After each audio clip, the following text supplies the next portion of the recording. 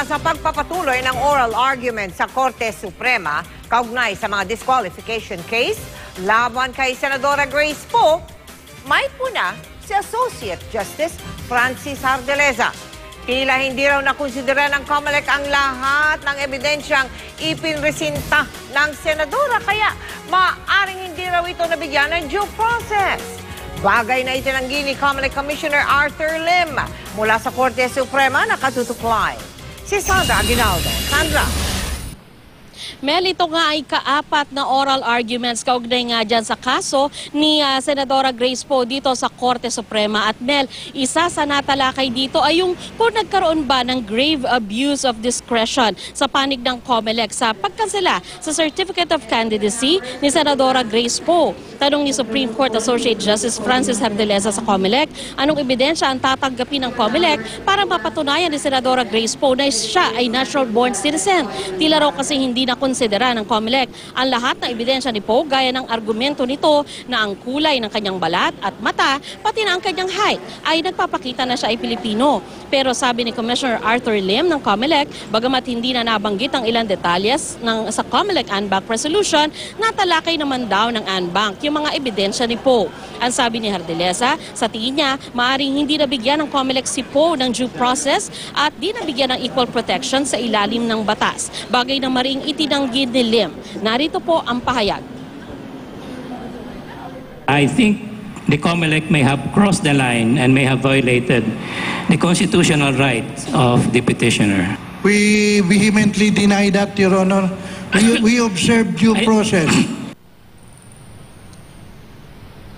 Nilinaw ni Hardileza na opinyon pa lamang niya yan sa ngayon at maaari pang magbago kapag napakinggan na niya lahat ng panig. Giit naman ni Lim, wala raw na isumiting sapat na ebidensya ang kampo ni Poe para patunayang isa siyang natural-born Filipino. Espekulasyon lamang daw na walang basehan kung sasabiing maaring Pilipino nga ang biological parents ni Poe.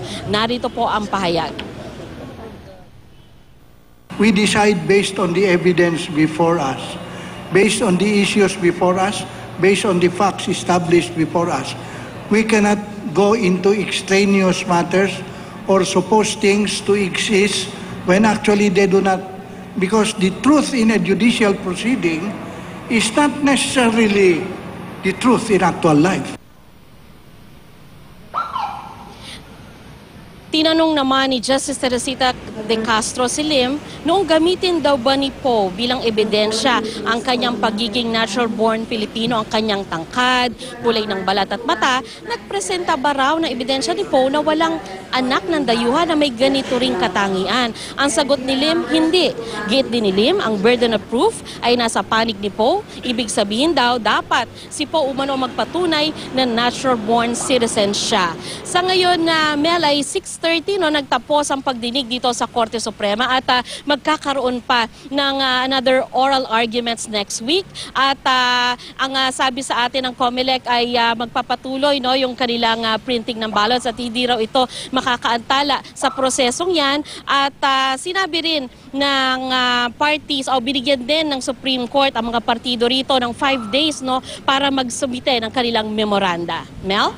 Maraming salamat sa iyo, Sandra Aguinaldo.